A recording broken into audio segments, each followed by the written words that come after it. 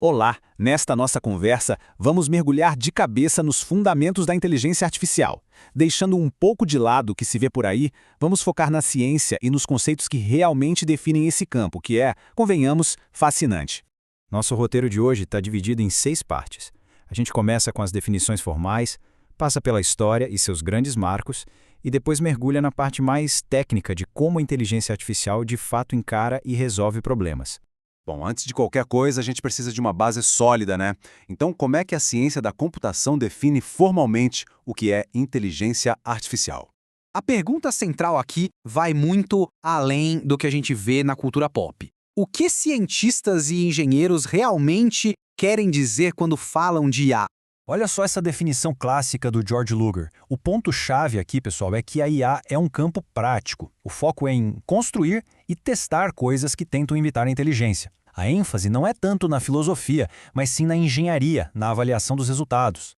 Já essa outra perspectiva, do Ben Coppen, foca no objetivo final, resolver problemas complexos. É bem interessante que ele expande a inspiração para além dos humanos, incluindo até o comportamento de outros animais. E reforça que a IA, no fim das contas, serve para encontrar soluções práticas. Agora, vamos falar de um dos conceitos mais famosos na história da IA. Lá em 1950, o Alan Turing propôs um teste que virou um marco para a gente avaliar se uma máquina podia ser considerada inteligente. A genialidade do teste de Turing está exatamente nesses 3 pontos. Ele pegou uma pergunta super filosófica e abstrata, será que máquinas podem pensar? E transformou em algo empírico, objetivo. Ao focar em imitar uma conversa, ele meio que desviou de debates sem fim sobre consciência e eliminou aquele preconceito de que a inteligência precisa ser biológica. Agora, o que é muito interessante aqui são as limitações desse teste. O teste de Turing foca em uma única faceta da inteligência. Ele ignora completamente a percepção sensorial, a capacidade de interagir com o mundo físico, o raciocínio moral.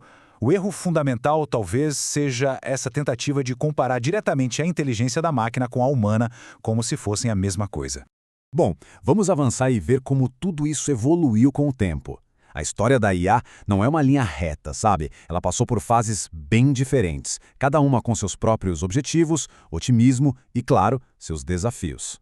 E essa linha do tempo ilustra muito bem essas etapas. A fase clássica, a infância da IA, sonhava em criar resolvedores de problemas genéricos. Depois veio a fase romântica, a adolescência, que ajustou o foco para áreas mais específicas. E, por fim, a fase moderna, a juventude, que se concentrou em capturar o conhecimento de especialistas humanos.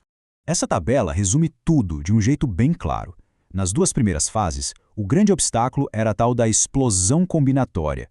Para ter uma ideia, pensa num jogo de xadrez. A cada movimento, o número de possibilidades futuras cresce de forma exponencial. Fica impossível analisar tudo. Já na fase moderna, o desafio mudou. O problema não era mais o poder de processamento, e sim como extrair e codificar o conhecimento que está na cabeça de um especialista humano. E isso nos leva direto ao coração da abordagem moderna da IA. A ideia de que inteligência é, na essência, resolver problemas. Mas aqui está o pulo do gato. Para uma máquina resolver um problema, primeiro a gente precisa traduzir esse problema para uma língua que ela entenda. Essa citação do Peter Norvig é crucial. Antes de qualquer algoritmo, antes de qualquer processamento, o passo mais importante é a formulação do problema. É aqui que a gente define o campo de jogo, quais são os estados possíveis, que ações podem ser feitas e qual é o objetivo final. E aqui está a parte central. Qualquer problema, seja jogar xadrez ou diagnosticar uma falha mecânica, pode ser quebrado nesses 5 componentes. Pensa nisso como uma receita de bolo. O estado inicial são os ingredientes. As ações são os passos do preparo. O modelo de transição é como cada passo muda a massa. O teste de objetivo é o bolo pronto. E o custo é quanto tempo e esforço isso levou. Com essa estrutura, um problema vago se torna um quebra-cabeça que a IA pode de fato resolver. Certo. Então agora que a gente tem o problema bem definido, como a IA realmente resolve a parada? O que acontece debaixo do capô? Esse slide destaca as 3 grandes questões. Primeiro, computabilidade. Será que dá para resolver esse problema? Alguns problemas simplesmente não têm solução algorítmica. Segundo, a complexidade. Qual o custo para resolver? E, finalmente, as heurísticas. Para problemas que são extremamente complexos, a gente usa uns atalhos inteligentes para achar boas soluções, mesmo que elas não sejam perfeitas. Ok, vamos agora conectar todos esses conceitos abstratos a um exemplo prático, do mundo real, para ver como tudo isso funciona junto. um cenário bem simples, que todo mundo entende. O carro não quer pegar. Esse é o nosso problema. Como uma IA, um sistema especialista, abordaria isso usando a estrutura que a gente acabou de ver? Aqui a gente vê uma regra heurística em ação. Isso não é uma verdade absoluta. É uma regra de ouro que um mecânico experiente usaria.